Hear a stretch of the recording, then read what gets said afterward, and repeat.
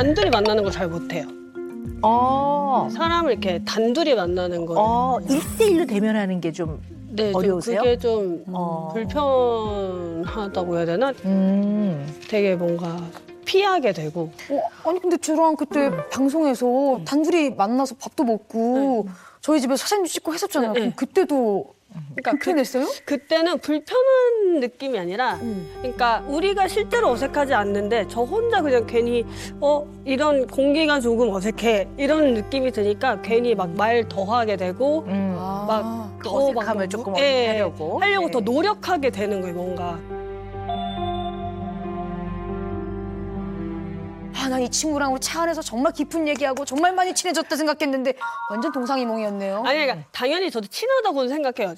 언니는 되게 친하고 저도 되게 좋아하는데 그때 그러고 나서 언니가 따로 이제 방송 말고 집에 놀러 오라고 밥 해준다고 그러면 저 진짜 가고 싶었거든요. 네. 진짜 가고 싶었는데 왜 연락을 안 했어 근데? 근데 혼자 못 가겠으니까 그래서 진짜 가고 싶어서 언니한테서 신랑이랑 같이 가겠다고 그랬잖아요. 근데 또 그때 신랑이 또 막 일하느라고 시간이 안 되고 해가지고 신랑이랑 같이 못 가니까 같이 갈 그 마땅한 사람을 못 구해서 어머머머. 그래서 제가 되게 오랫동안 지낸 그 무리의 친구들이 있어요. 한 뭐 다 하면 그 10명 가까이 되는 친구들인데 그 중에 단둘이 만난 친구가 진짜 한 명밖에 없거든요.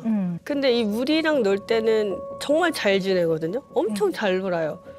그 심지어 이렇게 셋이 있을 때도 잘 지내요. 근데 이제 단둘이 만나자고 말을 할 생각을 아예 못 하겠고 누군가가 단둘이 만나자고 하면 되게 부담스러울 것 같고 둘이 만나는 게 괜찮을까 막 이런 걱정을 되게 많이 해요.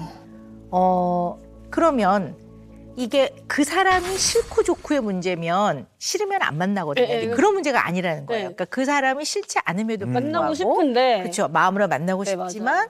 특히 단둘이 만날 때 편치가 않다면 뭘 또 생각을 좀 해봐야 되냐면 주시불안. 누구랑 둘이 만나면 모든 주목이 나한테로 이렇게 오니까 그거 자체가 불편한 사람도 있거든요. 근데 이런 분들은 밥을 먹을 때도 어떨 때는 불편해요. 이 밥 먹는 게. 사람들이 많은 곳에서 못 먹거나 누구랑 같이 먹는 걸 힘들어하시는 분이 있어요. 근데 그 같이 먹는 상대가 싫은 게 절대 아니에요. 근데 이런 부분들이 이제 어떻게 보면 상대의 그 시선, 상대가 이렇게 나를 바라보는 거 이런 거에 굉장히 불안한 분도 있는데 그런 문제예요? 그건 아니죠. 자, 그러면 또 어떤 생각을 좀 해봐야 되냐면 뭔가 사람한테 뒤었어. 아주. 인간이라면 아주 아우 인간 징글징글해. 이런 면 있으세요? 그런 거 같긴 해요.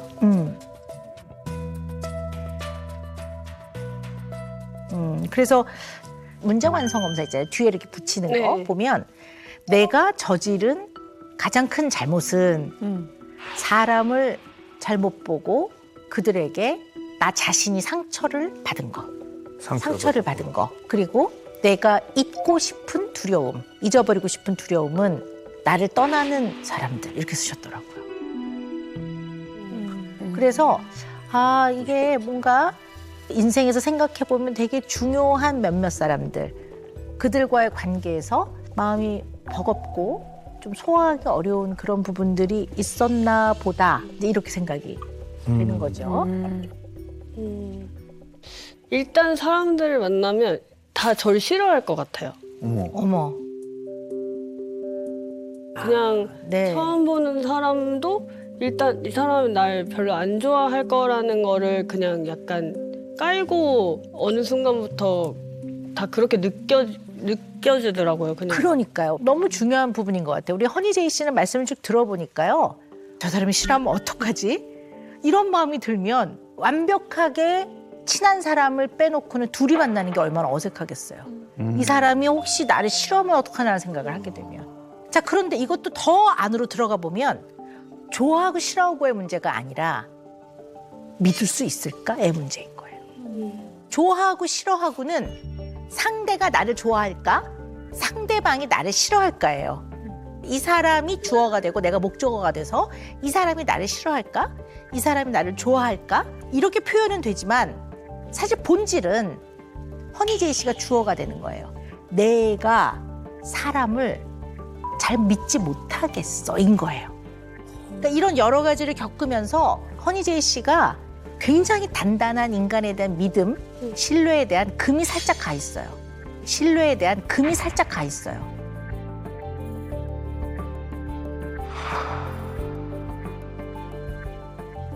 그런 면이 있는 것 같아요, 지금. 그런 면이. 이게 어쨌든 제 직업적으로 만나는 사람들이 정말 많았어요. 그러니까 그렇게. 제가 23살 때부터 레슨을 해서 그냥 레슨생만 해도 거의 1000명 가까이 되더라고요. 어우, 생각해보니까. 네. 그렇게 많은 레슨생들도 있었고, 그리고 뭐 친구들도 그렇고, 어쨌든 이제 아는 사람이 굉장히 많고, 제가 나름대로 전 되게 친화력이 되게 좋다고 저는 생각을 스스로 하고 컸거든요. 그래서 되게 잘 지냈었어요. 근데 이제 뭐 오해가 있었든 뭐 어떤 상황이 있었든 해서 이제 저를 이렇게 떠나게 되는 사람들이 이제 생겼거든요. 근데 이게 뭐 한두 명이면 사실 그럴 수 있겠지 하는데 이게 좀 계속해서 지속이 되고 심지어 얼마 전에도 이제 팀이었던 멤버들 중에 이제 또 이렇게 나간 친구들이 또 있어요. 그런 거를 보면서 제 스스로 내가 뭐 잘못했나라는 생각을 하면서도 상처를 당연히 받죠, 제가. 알겠어요. 우리 허니제이 씨는 완벽에 가까울 정도로 상대한테 잘해줬어요. 그러면 안 떠날까요? 상대가? 그럴 거라고 생각하세요? 사실 나가는 게 싫은 게 아니에요. 나가는 거는 그럴 수 있다고 생각해요, 저도. 근데 이제 그 후에 관계가 틀어지는 게 그게 속상한 거죠. 뭐 관계를 유지하면서도 어쨌든 그렇게 해서 독립적으로 하면 기특하고 좋죠, 저도. 근데 잘 그렇게 떠나 보냈음에도 불구하고 결국에는 뭐 연락조차도 없고 뭐 봐도 인사도 안 하는 친구들도 있었고. 나중에 이제 뒤에서 들리는 얘기들이 있잖아요. 나 허니제이 단물 쏙 빨아먹고 팀 나갈 거야. 이렇게 얘기를 하는 거를 듣고 이제 그때 너무 큰 실망을 했고 저는 너무나 가까운 사람들이니까 뭔가 그런 사람들이 떠나면서 오히려 너무 가까운 거리보다 조금 떨어져 있는 게 좀 오래 이 사람들을 볼 수 있지 않을까라는 생각도 좀 하고. 가깝게 지냈던 누군가가 떠나는 것이 잘 마음에서 안 받아들여지세요?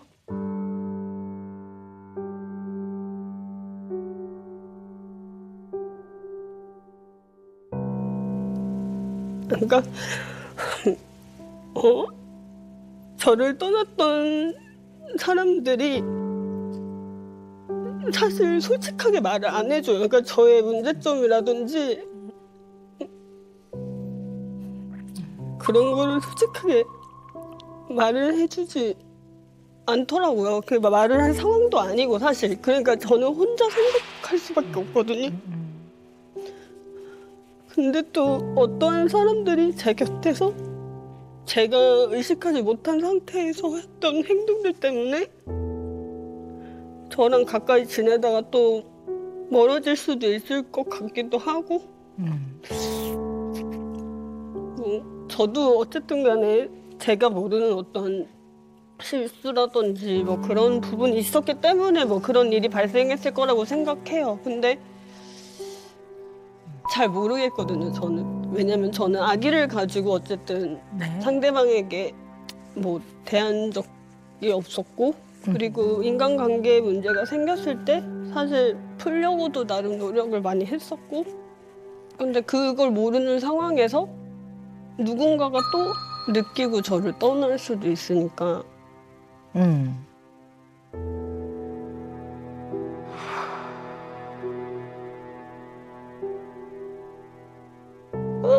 저기 뭔가 그냥 사람에 대해서 외로움이 항상 너무 많으셔서 제가 본 내내 그래서 그냥 이런 상처가 있다는 걸 제가 알아도 사실 그렇게 크게 그거에 대해서 얘기하거나 뭐 그거에 대해서 반응하거나 막 그러지 않거든요, 저는. 그게 좀 힘들었던 시절이라고 생각을 해서. 제인 씨가 봤을 때는 언니가 외로워 보였나 봐요. 네, 제가 봤을 때는 그랬어요.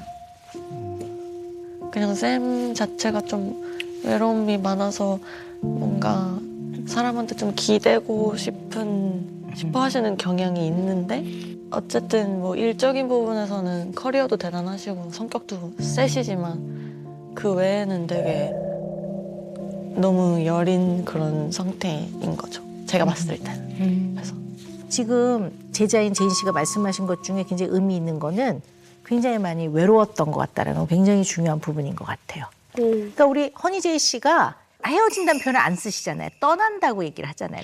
이제 저를 이렇게 떠나게 되는 사람들이 저를 떠났던 사람들이 누군가가 또 느끼고 저를 떠날 수도 있으니까. 그러니까 떠난다는 거는 남겨지고 약간 버려지는 거죠. 버려두고 가버리는 거니까. 그러니까 제 얘기는 누군가가 독립해서 나가든 또는 우리가 좀 관계가 처음하고 좀 달라져서 떠나는 것 자체에 대한 굉장한 두려움이 있는 것 같아요. 헤어짐에 대한 두려움, 떠나는 거에 대한 두려움. 그게 어렸을 때부터 뭔가 가장 중요한 부모와의 관계에서 좀 뭐 비롯된 면이 있을 수도 있고요. 그러니까 일단 초등학교 1학년 때 부모님이 이혼을 하셨어요. 네. 그래서 양육권이 아빠한테 있는데 이제 그때 초등학교 1학년이니까 엄마가 엄청 보고 싶을 거 아니에요. 엄마가 되게 그립고 그래서 일주일에 3-4번을 도망갔어요. 밤마다 엄마한테. 네, 엄마 집으로. 그러다가 하루는 이제 아빠가 늦게 들어오신 날이 있었어요. 그래서 편지로 아빠랑 1년 살았으니까 엄마랑 1년 살고 올게 이러고 동생 손을 잡고 엄마 집으로 갔죠. 근데 그러고 쭉 이제 엄마랑 살게 된 거예요. 근데 이제 그때는 이해를 못했죠. 아빠가 왜 연락을 하면 답장이 온 적이 한 번도 없고 어릴 때 전화를 해도 한 번도 받은 적이 없어요. 근데 되게 아빠에 대한 사랑이 좀 분명하게 있었고 저도 아빠한테 어릴 때 되게 사랑을 많이 받고 자란 거를 알고 있었거든요. 그래서 항상 그 아빠에 대한 뭔가 그런 그리움이 있었던 것 같기는 해요. 근데 저 30쯤 돼서 이제 연락을 가끔씩 하게 되고 그렇게 조금씩 이제 관계가 이렇게 쌓이려고 하는데 이제 제가 결혼을 하고 싶은 사람을 만났고 이건 또 다른 상처가 됐는데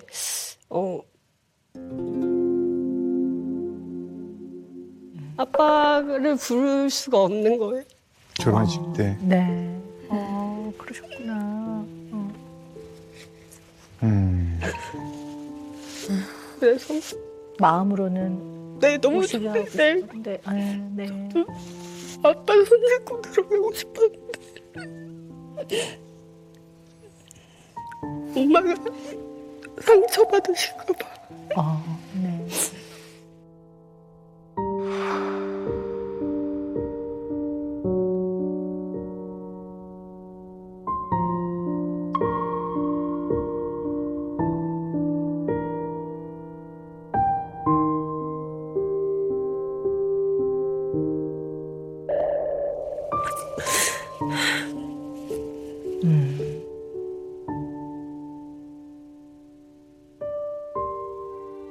아빠에 대한 좀 그리움이 있었던 것 같기는 해요. 그냥 어릴 때부터 뭐 마냥 그냥 밝게 커서 저도 잘 몰랐는데 나중에 커서 생각해 보니까 아빠에 대한 그리움이 좀 있었구나 하고 아빠를 만나면 눈물이 나는 거예요. 어릴 때부터 명절에. 그래서 더 아빠를 못 보겠더라고요. 아빠를 만나면 눈물이 자꾸 나니까. 요즘은 연락을 하고 지내세요? 아버지와? 가끔씩 네, 그냥 네. 카톡하고 음. 얼마 전에 이제 약주 좀 하시고 태어나서 처음으로 영상 통화를 했는데 엄청 아빠가 그동안 미안했다고 그러는데 이제 아빠가 한이 지켜줄게 이렇게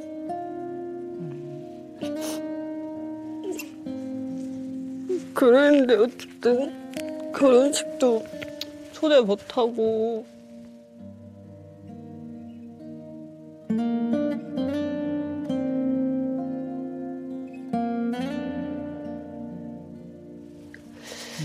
근데 사실 엄마를 생각하면 아빠가 밉기는 해요. 엄마가 너무 고생을 많이 하셨으니까 근데 엄마도 이해가 너무 돼요.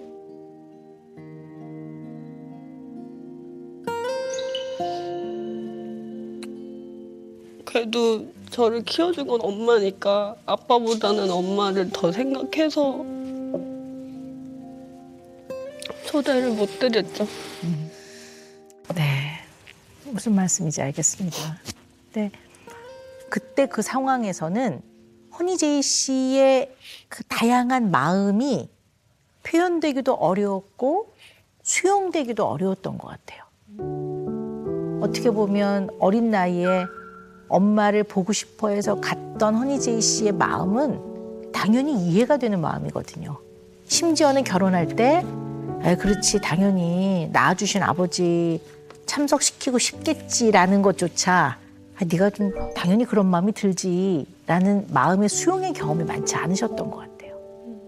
그러고 나면 그렇게 되면 어른들의 감정을 살펴야 돼요. 자꾸 살피는 사람이 돼요. 그러니까 어머니께 직접 말씀을 드렸으면 또 어땠을런지 모르겠어요. 허니제이 씨가 어떻게 보면 어머니의 감정을 지나치게 배려해서 본인의 감정은 굉장히 많이 누르고 지내셨던 것 같아요. 그리고 내가 너무 마음이 외롭고 내가 수용받아 본 경험이 없으면 마음에도 구멍이 생겨요. 근데 이 구멍이 크잖아요. 그럼 타인의 마음을 수용하고 이해하는 게 좀 쉽지 않아요.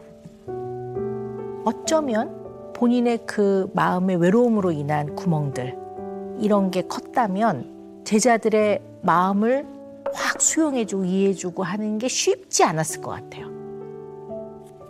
그랬던 것 같아요. 다정하게 해주지 못했던 것 같아요. 그때. 그래서 되게 엄한 선생님이었고 거기가 왜 이렇게 연습이 안 돼 있는 일이네? 아이고야. 저러면 더 긴장돼서. 저럼 더 몸이 굳는다니까.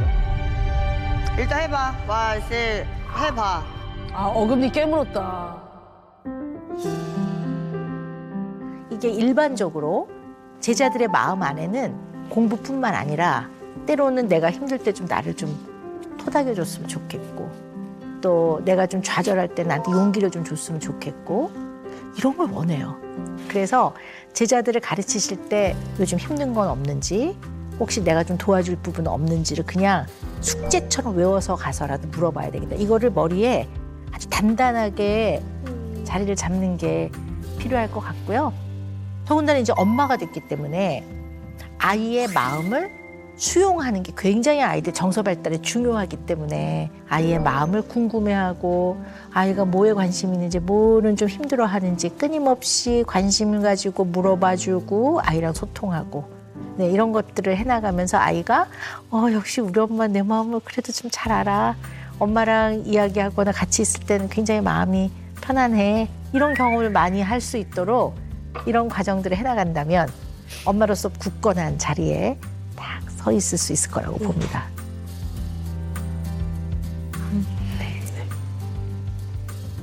알겠습니다. 저희 팀원들이나 제 주변 사람들과 근데 막상 일이 이제 점점 진행이 되다 보면은 결과적으로는 그들에게 일을 잘하기 위해서 그들에게 상처 주는 말을 잘하는 편이죠.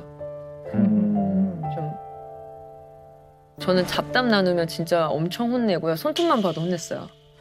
네. 아니, 하다가 이렇게만 봐도. 안무 설명하고 있는데 이렇게 보다가 이런 식으로 하면 이런 거 엄청 하고. 네. 언니, 아니 그러니까 이틀 뒤에 그 공연인 건 아는데 나 우리 애들도 너무 힘들고 조금만 쉬었다 하면 안 될까요? 그럼 1분만 쉬고 바로 하고 빨리 끝낼게. 그럼 1분만 쉬고 바로 하고 빨리 끝낼게. 좀만 좀 쉬었다 가면은 더 오히려 더 파이팅할 수 있겠다라는 그런 분위기 같은데 언니? 그러면은 쉬고 있어. 나 하고 있을 테니까. 그러면은 쉬고 있어. 나 하고 있을 테니까. 아니 언니가 안 쉬면은 우리가 이 말 저거 많이 들었어요. 제가 동생을 되게 불편하게 한다고. 불편해. 근데 생각보다 자주 쉬는데 진짜 딱 30초 1분 쉬자 이런 말을 많이 해서 30초 1분은 그 복싱이 한참 타이트하게 할 때 그렇게 하는 건데. 그 대신에 4시간 이상 절대 연습 안 한다 뭐 이런 룰이 있어요 저한테. 그게 아니면 너무 쉬니까 그걸 좀 많이 잡아놨죠. 그러니까 성취지향적인 면이 많으신 것 같아요. 근데 이제 이 성취지향적인 분들은요, 목표를 정해서 열심히 하고 그걸 달성할 때 굉장히 행복감과 보람을 느끼기 때문에, 그리고 그 안에서 본인의 존재와 자긍심을 많이 찾거든요. 그러다 보니까 자칫 잘못하면 번아웃이 오기 쉬워요.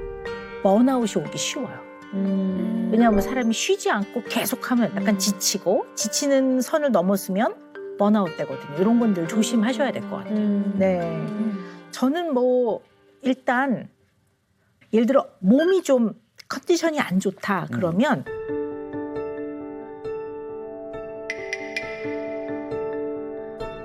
제가 엄청 더위를 많이 타는 사람이잖아요. 그래서 겨울에도 반팔 잘 입고 다니는데 한 1년에 한 번 정도 약간 한기를 춥다고 느끼는데요. 그러면 이 컨디션이 굉장히 안 좋은 날. 그날은 쉬어야 돼요, 제가. 혹시 그런 적이 있으세요? 번아웃 되거나 그런 적이? 네, 번아웃은 항상 오고요. 네. 그게 되게 길게 왔던 때도 있었던 것 같고요. 근데 원인을 잘 모르겠는데 그런 적이 되게 많았고 번아웃이면 번아웃이 왔습니다라고 주변한테 알리는 정도예요. 일을 할 수 없다라는. 네, 제가 아무것도 하기 싫어한다는 걸 인지하죠. 근데 이때 뭔가를 억지로 하려고 노력하면 더 이제 저 스스로한테 스트레스가 된다는 걸 알아서 어느 순간부터는 그냥 번아웃이 오면 아무것도 안 하는 시간이 생겼어요. 그게 이제 잠자는 시간이에요. 잠만 잘 시간? 뭐 그럴 때도 있고 사실은 그 진짜 힘들었던 시기가 있었는데 일 다 끝내고 거의 뭐 저한테는 그게 좀 되게 힘든 일이었어요.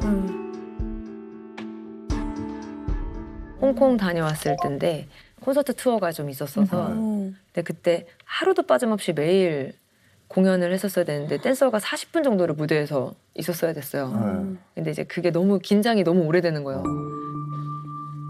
그거를 한 달 정도 계속 끊임없이 겪다 보니까 제가 너무 힘들더라고요. 그 긴장감을 계속 갖고 있어야 되니까. 그리고 나서 돌아온 다음에 집에서 2달 동안 아무것도 안 하고 잠만 잤죠. 먹고 자고. 아니 그럼 다른 일 할 때도 원래 그러세요? 그게 가장 심했던 번아웃인 것 같고요. 보통 다른 때는 번아웃을 겪으면 보통 뭐 하루 이틀이면 낫는 경우도 있는데 수우파 콘서트 때는 그래도 한 1, 2주 정도는 힘들었어요. 근데도 이제 했죠, 일을. 그때는 힘들어도 해야 하는 상황이었기 때문에. 그래서 지금 좀 스트레스가 과하게 온 상태가 아닐까라는 생각이 좀 있긴 있어요. 근데 이게 반드시 신호를 보내거든요. 네. 몸과 마음과 뇌에서 네. 신호를 보내요. 네. 근데 우리 모니카 씨처럼 이런 성취지향적인 특성을 갖고 있고 굉장히 열심히 일하는 사람들은요. 그 기준이 다른 사람보다 훨씬 높고 멀리 가 있어요. 그러니까 잘 못 느껴요. 못 느껴서 막 무리를 하다가 느낄 때는 선을 많이 넘어간 상태인 거죠. 그래서 사실 이제 앞으로 살아가시면서 내가 조금 쉬어야 되는구나, 내가 조금 힘들구나, 요 선을 넘어가면 나한테 무리가 오네 하는 거를 다양한 형태로 알아차리셔야 될 것 같아요. 그걸 잘 못 느끼실 수도 있어요. 네, 그래서 네네. 실제로 수우파 끝나고 친구들이 기분 풀자고 캠핑을 데려갔는데 너무 좋지. 거기서 응급실 갔어요. 거기서 응급실 갔어요. 거기서 응급실 갔어요. 그러니까 긴장이 갑자기 풀려서 너무 행복한 거예요. 그래서 너무- 쓰러지셨어요? 그래서 거기서 이제 위랑 이제 대장이 아예 다 멈춰가지고 아예 장기가 쉬어버린 거예요. 근데 이게 스트레스 때문이라고 생각하기보다 오히려 긴장이 풀려서라고 생각해서 저는 그냥 이렇게 아프고 나면 괜찮아졌겠지라고 생각했습니다. 아니 그냥 약간 와. 솔직하게 말씀드리자면 약간 좀 너무 융통성이 없나? 이런 생각도 들지만 그거보단 더 비중이 가는 거는 책임이라는 거를 굉장히 중요하게 생각하고 사시는구나. 그러니까 이게 내가 오늘 해야 될 책임. 그럼 이제 무슨 일이 있어도 이게 중요한 거죠. 네. 그리고 내가 오늘 약속을 했어. 그럼 이 약속을 지켜야 되는 책임. 네. 굉장히 그 부분이 우리 모니카 씨의 인생에서 중요한 부분인 것 같은데요. 책임감. 책임감 너무 중요하게 생각하고요.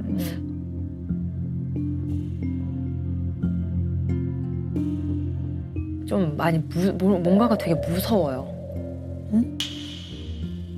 왜 뭐가 무섭지? 그럼 뭐가 무섭지? 네, 그걸 잘 모르겠어요. 뭔가 되게 무서워요. 혼자가 될까봐 같은 느낌?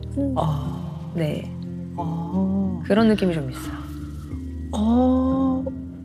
어렵다. 조금 더 제가 좀 여쭤볼게요. 네, 우리 모니카 씨가 요즘 네, 이것만큼 내가 책임을 져야 되겠다 하는 것들이 있으시죠? 네. 네, 어떤 것들이 있습니까?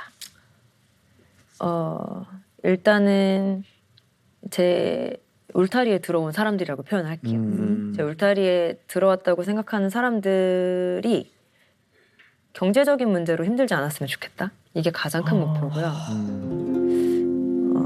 혹시 회사 대표님이세요? 학원 하고 있습니다.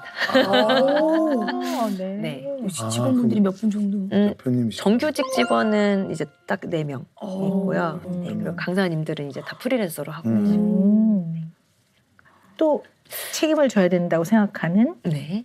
분들이나 네. 일 어떤 게 경제적인 있을까요? 거 말고 그 외에는 이제 효원이 그리고 저 스걸파 같이 나왔던 까메 그리고 저희 팀원들 그리고 저희 부모님 어머니 어머니를 어떻게 하면 외롭지 않게 해드릴 수 있을까? 근데 네, 그 부분을 항상 마음속에 담아두고 있고 제 마음이 닿는 데까지는 뭔가 좀 돌려주고 싶다라는 마음이 항상 있어요. 그러니까 어머니에 대한 어떤 자식으로서 잘 부양하고 잘 모셔야 되겠다는 그런 책임감 네. 그렇게 보면 될까요? 네, 네. 근데 그 부양의 책임을 좀 본능적으로 하고 싶지 않고 그러니까 자식이니까 부모님을 당연히 잘해드려야지를 좀 넘어서고 싶은데 그렇게까지만 될까 봐 항상 걱정하는 것 같아요. 그냥 명분으로 내가 자식이니까 할게 이거 이상으로 잘해드리고 싶어요. 그렇군요. 근데 그게 잘 안 되죠. 너무 안 돼요. 저는 엄마를 책임져야 된다는 생각이 있지만 분명한 건 엄마가 행복하게 살 수 있을 정도만 내가 책임져 드리고 도와드리는 거지. 저는 100% 엄마 인생이 있고 나는 내 인생이 있다고 생각을 하거든요. 근데 오히려 내가 지금 잘못하고 있나? 엄마 인생을 책임져 줘야 되나? 근데 너무 무겁게 생각하고 있는 것 같은 거예요. 그렇죠. 근데 이게 제가 외동딸이거든요. 제가 외동딸이기도 하고 좀 어머니가 너무 희생을 많이 하셨어요. 제가 입장에서 봤을 때 항상 책임만 지시고 수습만 하시고 저희 어머니는 지금 부산에 계시는데 서울을 절대 안 올라오시고 왜요? 저한테 부담 주고 싶지 않다고. 네. 저한테 부담되는 모든 행동을 다 저 몰래 다 제거하고 계세요. 예를 들면 친척분들한테 미리 다 전화해서 정우한테 전화하지 마세요. 정우 지금 굉장히 힘든 시기고 바쁩니다. 자기 형제들한테도 정우한테 부담 주지 마. 이런 걸 아직도 하고 계시고 지금도 이제 사실은 기도를 계속 하고 계신데 그 기도가 다 이제 제가 잘못될까 봐인 거예요. 그래서 이 엄마의 희생을 좀 빨리 자르고 내가 빨리 이렇게 돌려주는 형태로 전환하고 싶은데 방법이 물질적인 것밖에 없어서 너무 속상하죠. 근데 저희 어머니는 옷도 안 사입으시니까 돌려줄 수 있는 게 없어요. 아버지는 돌아가셨습니다. 네. 네. 네, 아버지 같은 경우에 이제 30살에 돌아가셨어요. 이제 7년 정도 되셨는데 아버지한테는 아예 이런 말도 전해드리지 못했고 아예 뭐 사랑만 받고 끝난 것 같아서 많이 아쉽죠. 왜 좀 오래 아프셨어요? 네, 몸이 많이 아프셨고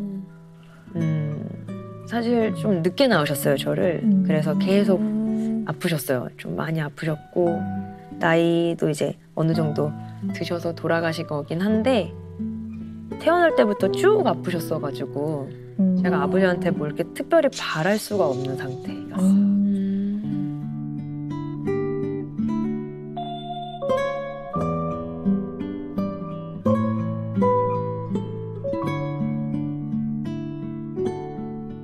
아버지는 막연한 그리움의 대상이고 정말 그리우신 것 같아요. 근데 아버지하고 실질적인 경험이 많지 않으셨던 것 같아요. 네, 아버지랑 아예 외식도 안 해봤어요. 같이 손잡고 걸어본 적이 없어서 네, 네, 그래서 궁금하긴 해요. 네. 아버지랑 밥 네. 먹는 게 뭔지. 네. 굉장히 중요한 부분인 것 같아요. 모니카 씨를 이해해 보는데요. 우리 한번 이런 생각을 해보자고요.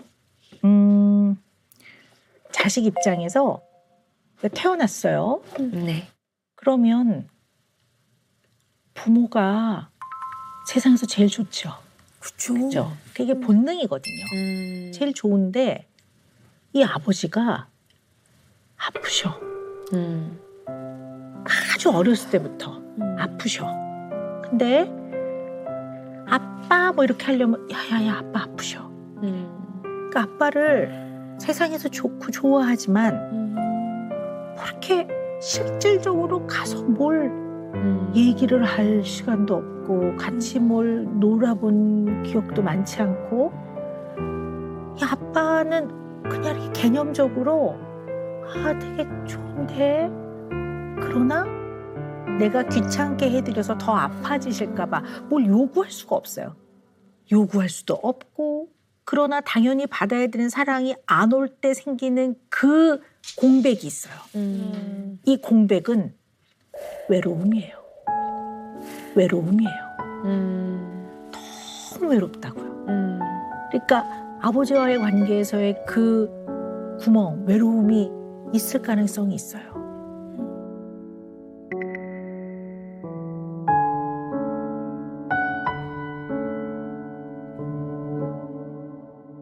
중학생 때까지는 큰 문제가 없다고 느꼈는데 사춘기 지나고 나서부터 머릿속에서 어느 순간 이런 대화를 했어요. 저 스스로.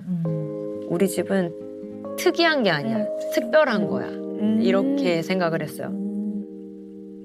저희 집의 어떤 그런 어두운 부분들을 좀 밝게 표현하려고 노력했고 저희 집이 굉장히 뭔가 힘들다라는 것처럼 보이지 않게 하기 위해서 되게 노력을 많이 했던 것 같아요.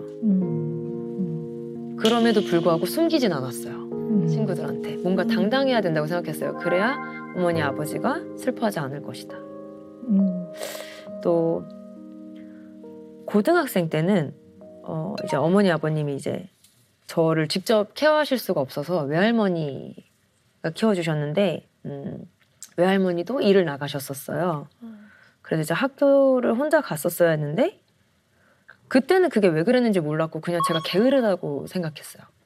근데 지금 생각해보면 그게 무기력증이 아니었을까라는 생각을 좀 하는데 학교를 안 가고 그냥 갑자기 날씨 좋다 옥상 올라가서 이렇게 하늘 보고 있다가 자고 네. 네, 그냥 계속 잤어요. 옥상에서 햇빛 받으면서. 그것이 그 외로움이 특별히 슬픈 건 아닌데 멍하게 좀 지냈던 그 시절하고 관련이 있지 않을까라는 생각도 조심스럽게 해봐요. 근데 그 외로움이 아버지 때문에 왔다고는 좀 생각을 안 했던 것 같아요. 오히려 아버지를 외롭게 했고 어머니를 외롭게 한 게 나였을 것 같다라는 생각을 했던 것 같아요. 네.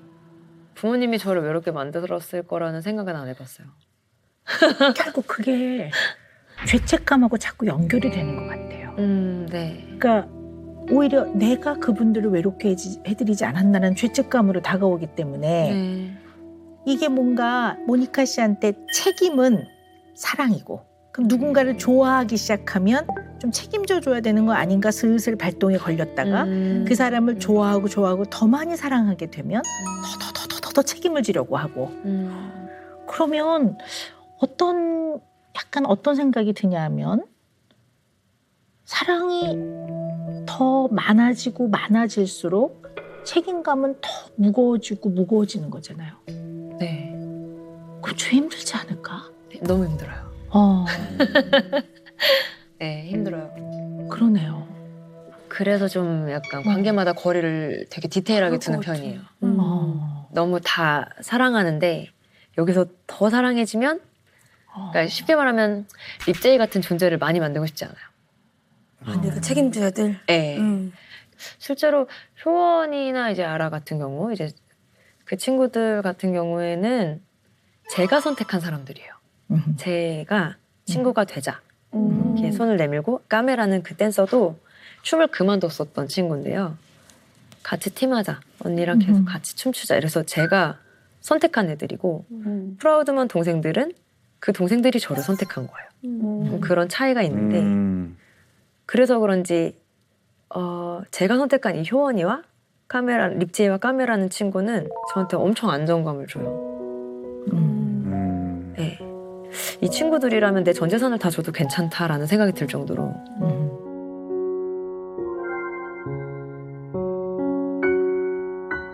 세븐 에이 홈 나나나나나나나 맷돌 돌리고 그냥 돌려서 다시 들어가면 돼.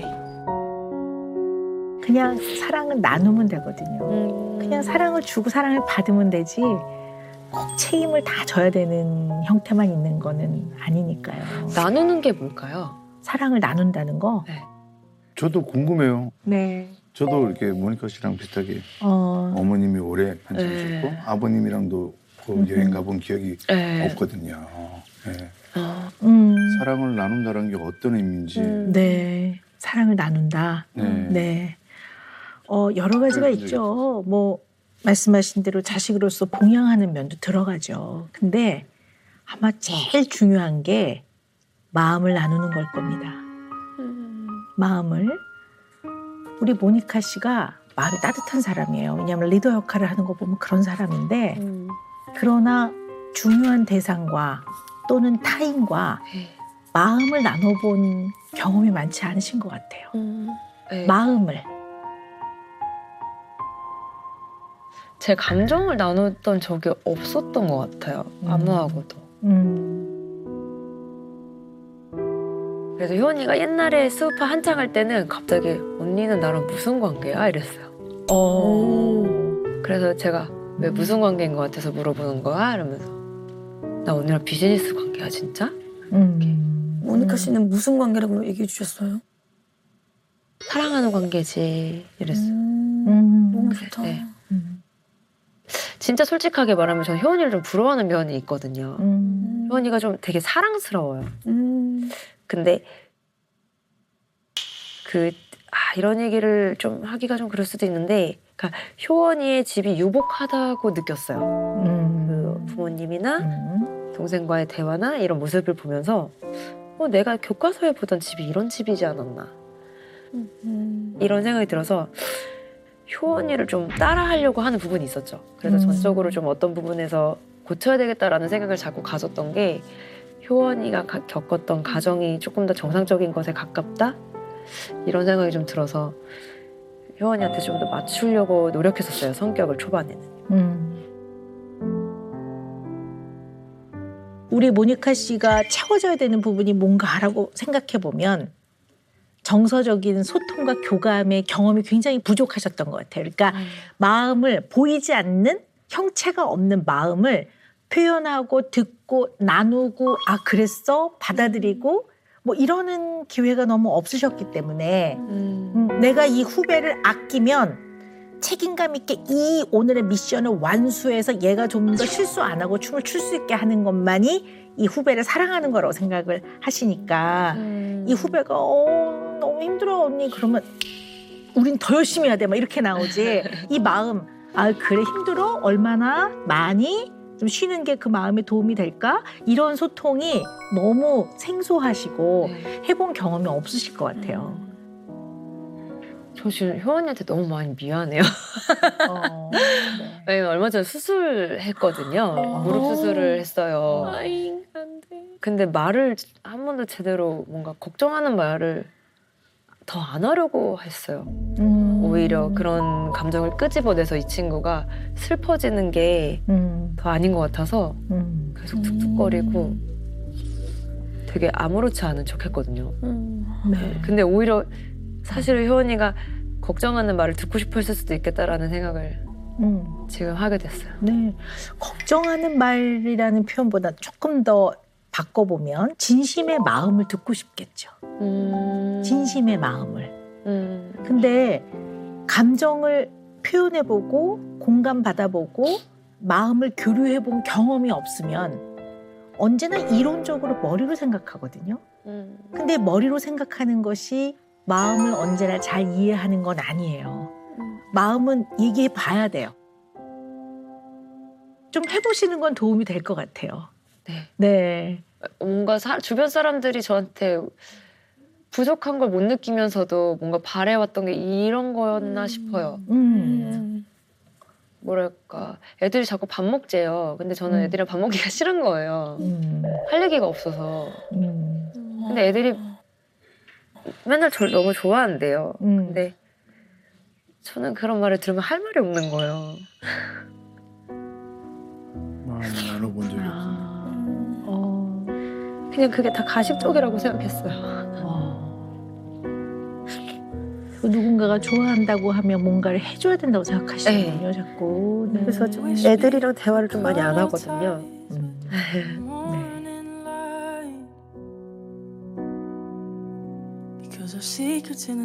근데 오늘 이렇게 시간을 좀 보내보셨는데 누군가가 우리 모니카 씨를 좋아한다고 하면 이전에는 다 가식이라고 생각이 되셨다면 지금은 조금 생각이 바뀌셨어요? 그래서 이렇게 눈물이 나는 것 같아요. 미안해서. 네. 그러시군요. 네. 죄송합니다. 아니에요.